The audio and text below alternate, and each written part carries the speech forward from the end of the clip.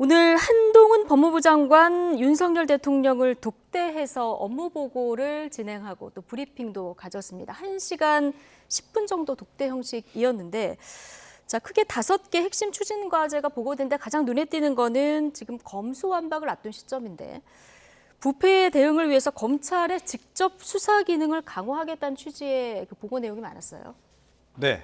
그러니까 지금 이제 어차피 이 지금 사개특위에서 이 부분 좀 논의를 할 예정 아닙니까? 예. 중대범죄수사청 만들어지게 되면 그나마 이제 부패에 관련한 이제 수사 지금 두 종류에 대해서만 지금 수사를 할 수 있는 검찰의 권한까지 다 넘어가게 돼 있는 거예요. 자, 이제 그러다 보면 이제 어떤 문제가 이제 발생하냐면, 그러니까 해야 될 수사를 제대로 못하고 그냥 그 중대범죄수사청으로 수사를 넘겨줘야 되는 상황이 이제 벌어질 수 있는 거예요. 가장 이제 우려하는 것은 그걸 겁니다. 그러니까 예. 문재인 정부 하에서 이른바 권력형 비리 수사, 그게 지금 최근 들어서 이제 진행 중인데 이게 좀 미진한 상태에서 넘겼을 때 이게 국민들이 이걸 어떻게 받아들일까 하는 부분이 가장 우려가 될 겁니다. 윤석열 대통령을 국민들이 뽑아준 데에는 그러니까 지난 정부 시절에 그런 권력형 비리 수사가 좀 미진했던 부분들, 그거를 어떻게 보면 좀 수사를 못하게 하기 위해서 검찰총장을 과도하게 압박했던 부분들, 그런 부분들에 대한 불만이 쌓여서 윤석열 대통령이 탄생을 한 거란 말이에요. 네. 본인의 존재 이유하고 상관이 있는 겁니다. 정권의 정체성하고 관련이 있는 부분이기 때문에 그 부분을 위주로 주로 뭐 이야기를 하지 않았나 이렇게 생각합니다. 예.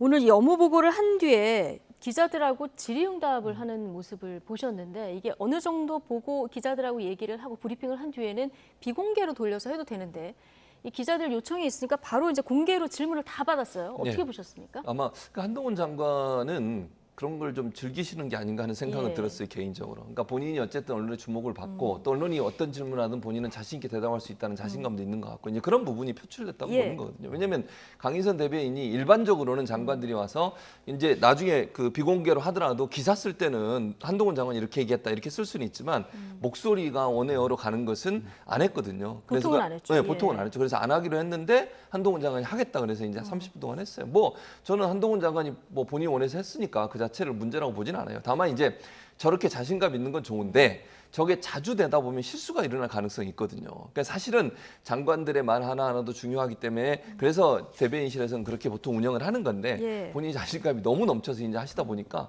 뭐 하는 거는 본인 자유니까 저는 뭐 거기에 대해서 뭐라고 얘기하고 싶은 생각은 없어요. 다만 저게 잦아지다 보면 혹시나 너무 자만한 모습으로 보일 수도 있고 또 본인이 말하다가 실수가 이루어지게 되면 그거 자체가 큰 이슈가 될 수도 있어요. 왜냐하면 지금 언론이 계속 한동훈 장관의 말에 계속 초점을 맞추고 있거든요. 예. 그런 점이 있다고 하면 조금 더 주의할 필요가 있고 조심할 필요는 있다, 개인적으로. 그리고 너무 자신감이 넘치다 보면 말에 실수가 일어날 수 있어요. 예. 스스로를 돌아볼 그건 필요가 아직 있다는 일어나지 점입니다. 않은 얘기니까요. 아직은 일어나지 않았죠. 예, 질문도 받죠. 어쨌든 자신감의 표현이다 이런 뭐 해석이 많은데 기자들 입장에서는 궁금한 거 다 대답해주면 사실 좀 반갑거든요. 근데 사실은 이런 소통 좀 해야 됩니다. 장관들이.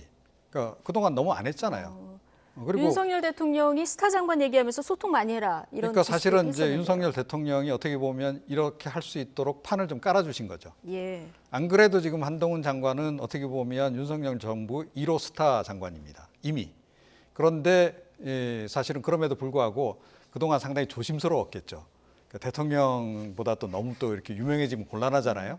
벌써 뭐 차기 대권주자 후보군까지 올라가 있는 그런 상황에서 자칫 이제 대통령에게 이제 좀 약간 부담이 될 수 있기 때문에 조심히 하셨을 텐데 그런데 윤석열 대통령이 마침 딱 판을 딱 깔아줬단 말이에요. 네. 근데 윤석열 대통령의 주문은 사실은 장관들 중에 좀 왜 나를 대신해서 매 맞을 사람이 없느냐 이 얘기를 저는 한 거라고 봐요. 그러니까 매를 왜 내가 다 온전히 받아내야 되느냐. 당신들 조용히 있지 말고 뭐 내가 잘못하는 부분에 대해서는 좀 이렇게 대신 나가서 매도 좀 맞고 이래라고 하는 의미로 스타 장관 얘기를 저는 좋게 좀 미화해서 표현한 거다라고 저는 이해를 해요. 예. 그런데 한동훈 장관은 이거를 또 다른 의미로 좀 해석을 한 것 같아요. 일단은. 그런데 이런 소통 시도 자체는 저는 굉장히 긍정적이다라고 생각하고요. 뭐 스타 장관으로서의 몸값은 앞으로도 점점 더 높아질 가능성이 높다. 그리고 한동훈 장관이 제가 보기에는 그동안에 제가 또 들은 또 정보를 취합해 보건데도 이런 스타기가 꽤 있으신 분입니다. 예. 예, 그리고 아직까지는 제가 보건대는 말실수가 거의 없어요. 그러니까 장관들 중에도 말실수 이렇게 말실수를 안 하기도 쉽지 않은데 제가 보건대는 지금까지는 굉장히 잘하고 있다 이렇게 생각합니다. 스타키가 있는 들은 이야기는 뭡니까? 그 얘기까지 좀 해달라고요? 예, 그 얘기는 나중에 들을까요? 뭐 하여튼 기자들하고 소통하는 것도 굉장히 좋아하시고 그런 걸 알고 있습니다. 알겠습니다. 자, 한동훈 법무부 장관 어제 대정부 질문에서는 전직 법무장관이었던 박범계 법무부 장관 의원과 설전을 벌였었는데요. 오늘 또 한동훈 장관이 부활시킨 검찰과 언론의 티타임을 놓고도 두 분이 또 설전을 벌였습니다. 발언 듣고 오시겠습니다.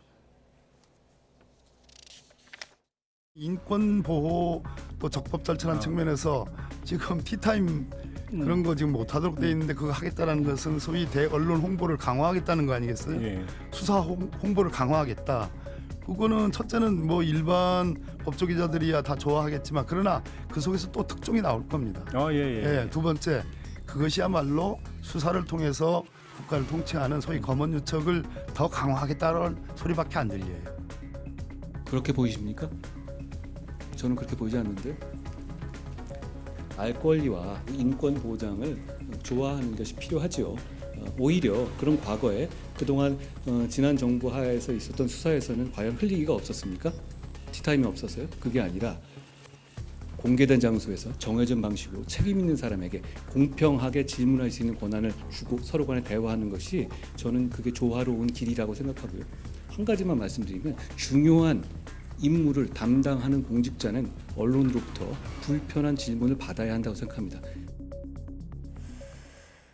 중요한 임무를 담당하는 공직자는 불편한 질문도 받아야 된다. 자, 이 얘기까지 듣고 오셨는데, 자, 이 티타임 지난 정부 때 없어졌고요. 자, 그런데 중요 수사상의 어떤 중간 수사 국민들의 알 권리가 있기 때문에 차장 검사가 일종의 백브리핑을 예전에는 했었는데 이걸 지금 되살리겠다는 건데요. 그렇죠. 예. 근데 이게 이제 애매해요, 사실은. 그 경계라고 하는 게 피의사실 공표의 문제와 그다음에 또 하나는 이제 검찰 입장에서는 어쨌든 수사를 하는 입장이잖아요. 수사하는 입장에서는 기소를 해서 처벌하는 게 목적이잖아요. 그걸 찾아내야 되고. 근데 이제 이게 잘못 활용되면 언론 플레이를 할 수 있게 되는 거죠. 예를 들면 검찰에게 유리한 또 수사의 내용의 일부를 흘려서 여론을 움직이고 그 여론을 통해서 어떤 사건에 대해서 검찰에게 유리한 형태, 즉 처벌이 가능한 형태의 여론이 조성되도록 만드는데 활용될 가능성도 충분히 있어요. 그러니까 정말 순수하게 알 권리 차원에서 정보를 주는 것도 있을 수 있지만 검찰 입장에서 주는 정보라고 하는 건 수사와 관련해서 문제가 있다는 부분들을 강조해 줄 수밖에 없는 거잖아요. 이제 그런 부분에서 문제가 있기 때문에 이거 티타임을 없앤 거예요. 예. 그러니까 이게 공식적인 예를 들면 수사 결과 발표가 아니라 주기적으로 기자들을 만나서 법조 기자를 만나서 예컨대 검찰에서 본인들의 의사를 전달하는 것이 긍정적으로 알 권리를 충족시켜주는 영향도 미칠 수 있지만 또 한편으로 생각하면 검찰의 입장이 언론을 통해서 나갈 수 있는 그래서 재판도 이루어지지 않았고 반대쪽 의견도 전달되지 않은 상태에서 어떤 사건에 대해서 선입견을 만들어내는 그런 불상사가 있을 수 있거든요, 충분히. 예. 그런 부분 때문에 없앤 거예요. 근데 그걸 이제 다시 만들어서 이제 지금 현재 정부는 알 권리라고 주장을 하고 있고 이제 야당에서는 그런 부분들이 아까 말씀드린 제가 이제 지적해 드린 것처럼 그런 문제가 발생할 수 있다고 얘기를 하는 거예요. 그 적절한 성을 찾는다는 건 예. 상당히 어려운 부분이 있어요. 어쨌든 뭐 티타임을 하겠다고 하니까 그런 부분들이 생기지 않도록 해야 한다고 저는 개인적으로 예. 생각을 하고 다만 저는 이제 한동훈 장관이 그 어제 오늘 이제 그 대정부 질문에서 발언한 내용 중에서 아쉬운 부분이 하나가 있는데 뭐냐면 계속 반박하면서 얘기했던 게 전 정부 얘기를 해요. 그건 좀 아쉽다고 저는 생각해요. 그러니까 박범계 의원이 질문한 질문에서 반박하면서 전 정부도 했잖아요. 전 정부에서 그렇게 했는데 예. 그거는 전 정부가 예를 들면 한동훈 장관이 말이 맞다고 가정을 하고 저는 뭐 그 동의는 안 하지만 전 정부가 잘못해서 현 정부를 만들어 준 거잖아요. 근데 전 정부를 자꾸 하면 어떻게 해요? 그러니까 예. 현 정부에서 어떻게 하겠다 이런 부분을 이렇게 바꾸겠다 이렇게 얘기하는 게 맞지 전 정부에서 이렇게 했으니까 내가 하는 것도 괜찮다 이런 식으로 가는 것은 저는 타당하다고 보지 않습니다. 알겠습니다. 자, 논리와 논리가 부딪힐 때는 사실 누가 설득을 잘하냐 자, 이게 중요한 거 아니겠습니까?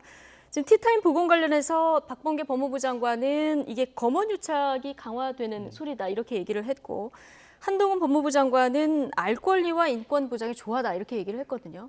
어디에 더 설득이 되십니까? 그것도 하기 나름인 거죠. 이것도 하기 나름이다. 예, 근데 사실은 위험성은 존재합니다. 그러니까 저는 티타임을 자주 갖기보다는 오히려 이 공식적인 기자회견을 더 자주 하는 게 좋다.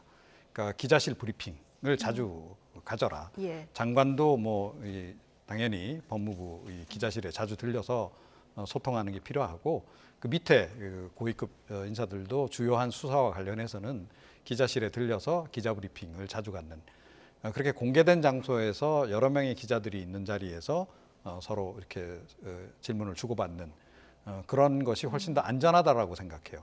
이거는 지금 이 한동훈 법무부 장관 개인을 위해서라도 예. 저는 그렇게 하는 게 바람직하다. 그러니까 티타임이라고 하는 거는 약간 좀 밀실 분위기가 일단 나잖아요, 그죠? 그리고 티타임에서 이야기하는 과정에서 사실은 좀 기사화하지 않는 걸 전제로 나누는 대화도 꽤 이제 실제로 발생하게 됩니다. 자, 이제 그게 이제 사실은 나중에 또 다른 이제 예. 논란을 낳을 수 있는 거죠. 해석의 차이도 나올 수 있는 거고 조금 더 공식적인 그렇죠. 브리핑을 자주 갖는 자주 것이 갖는 훨씬 더 좋다. 낫다. 저는 그렇게 생각합니다. 예, 알겠습니다.